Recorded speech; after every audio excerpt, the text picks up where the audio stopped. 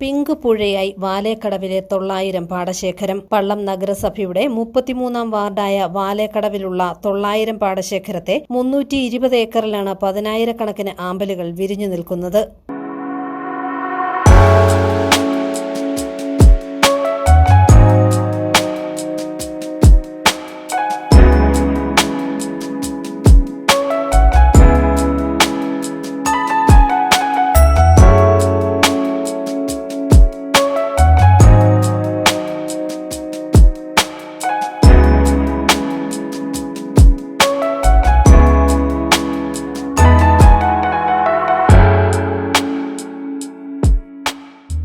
കൃഷിക്ക് ശേഷം വെള്ളം കയറ്റിയ ഏക്കറുകളോളമുള്ള പാടങ്ങളിലാണ് നയനമനോഹരമായ ഈ കാഴ്ച. പിങ്ക് കളറിനൊപ്പം ഇടയ്ക്കെല്ലാം വെള്ള ആമ്പലുകളും വസന്തം പൊഴിക്കുന്നു. ഈ വർഷമാണ് പാടശേഖരം മുഴുവൻ ആമ്പൽ പൂവിട്ടത്.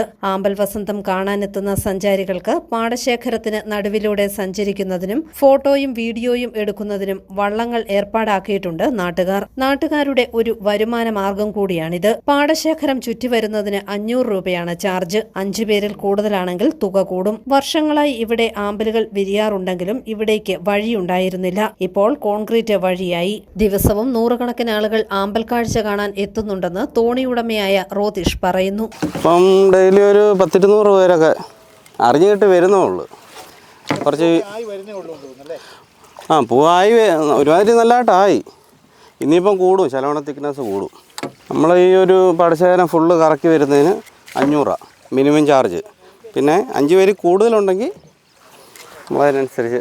ആമ്പൽ വസന്തം കാണാൻ പുലർച്ചെ ഇവിടെ എത്തണം. വെയിൽ ഉറച്ചു കഴിഞ്ഞാൽ പൂക്കൾ കൂമ്പിട്ടു പോകും. ജൂൺ ജൂലൈ മാസങ്ങളാണ് ആമ്പൽ വസന്തത്തിന്റെ സീസൺ. ഓഗസ്റ്റ് സെപ്റ്റംബർ മാസങ്ങളോടെ സീസൺ സമാപിക്കും. കാഴ്ചക്കാർക്ക് കൗതുകമായി പാടശേഖരത്തോട് ചേർന്ന് വിളക്കുമരവുമുണ്ട്. ഇതിലും കയറി നിന്ന് കാഴ്ചകൾ കാണാം. സമീപവാസികൾ ആമ്പൽ പൂക്കൾ പറിച്ച് വിൽപ്പനയും നടത്തുന്നുണ്ട്. ഇതും ഇവരുടെ ഒരു വരുമാന മാർഗമാണ്. വാലേക്കടവിന് അക്കരെയാണ് പ്രസിദ്ധി നേടിയ മലരിക്കൽ പാടശേഖരം. ടൂറിസം മാപ്പിൽ ഇടം നേടിയ സ്ഥലമാണ് മലരിക്കൽ. കോട്ടയം ചങ്ങനാശ്ശേരി ബസ്സിൽ കയറി പള്ളം പോസ്റ്റ് ഓഫീസ് പടിക്കൽ ഇറങ്ങി അവിടെ നിന്നും 1 കിലോമീറ്റർ സഞ്ചരിച്ചാൽ വാലേക്കടവിൽ എത്തിച്ചേരാം. News bureau, Kottayam.